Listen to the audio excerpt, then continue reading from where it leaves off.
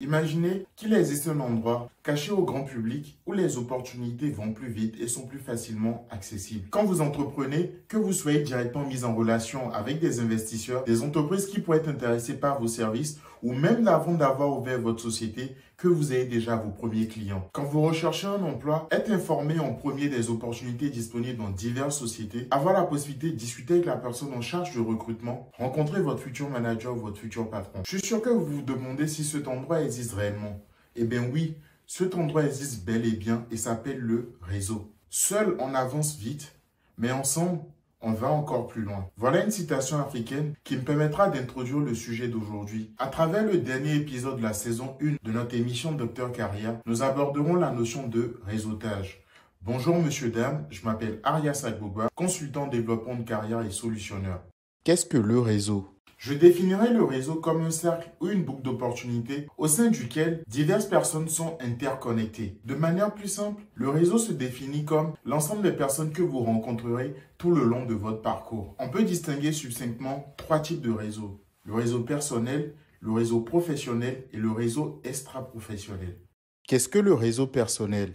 Votre réseau personnel est composé de votre famille, vos amis, les amis de vos amis, vos voisins, ou par exemple votre médecin ou les commerçants de votre quartier ou de votre ville.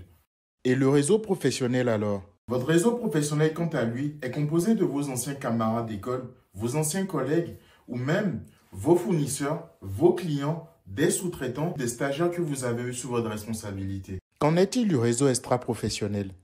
Pour finir, le réseau extra-professionnel est composé de personnes que vous allez rencontrer, par exemple dans le cadre d'activités associatives, sportives ou musicales. Néanmoins, il est important de séparer la notion de réseau digital ou virtuel d'un côté et la notion de réseau physique ou réel d'un autre, qui sont en réalité des moyens de faire du réseautage. Faire partir d'un réseau fonctionnel et efficace, c'est intégrer une boucle d'opportunités sans fin. Pour illustrer l'importance de créer et développer son réseau, je partagerai avec vous une expérience folle que j'ai vécue à travers mon levier réseau. Ce fut avec grand honneur qu'en 2017 et 2018, j'ai participé 2 fois à des ateliers à l'Assemblée nationale autour de thématiques liées à l'entrepreneuriat et l'investissement en Afrique.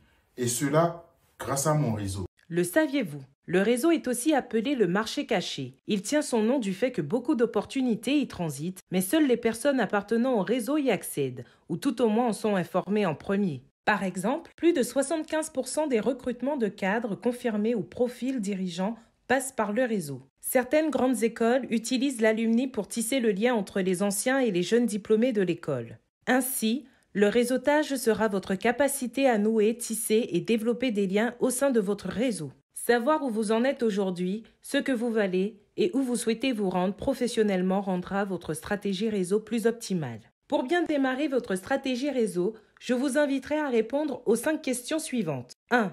Qui fait actuellement partie de mon réseau? 2. Qui devrais-je avoir dans mon réseau? 3. Ai-je les personnes qu'il faut dans mon réseau? 4. Comment devrais-je alors faire pour les avoir dans mon réseau? Et 5. Une fois qu'ils y sont, comment entretenir et développer notre relationnel? À noter, ces questions sont à aborder sur le plan personnel et professionnel, mais aussi d'une vision digitale que physique. Si vous souhaitez être accompagné dans le développement ou la création de votre réseau, n'hésitez pas à prendre contact avec nous via notre site web www.drcarrière.com ou via notre numéro WhatsApp +33 7 66 26 84 26. Si vous venez de rejoindre la communauté ou de découvrir cette émission, je vous invite à vous abonner dès aujourd'hui et à regarder les épisodes précédents. N'hésitez pas à cliquer sur la petite cloche pour recevoir en premier une notification dès que nous publions. Comme vous l'avez compris, aujourd'hui c'est le dernier épisode de la saison 1, les 7 secrets du carriériste 2.0. On se retrouve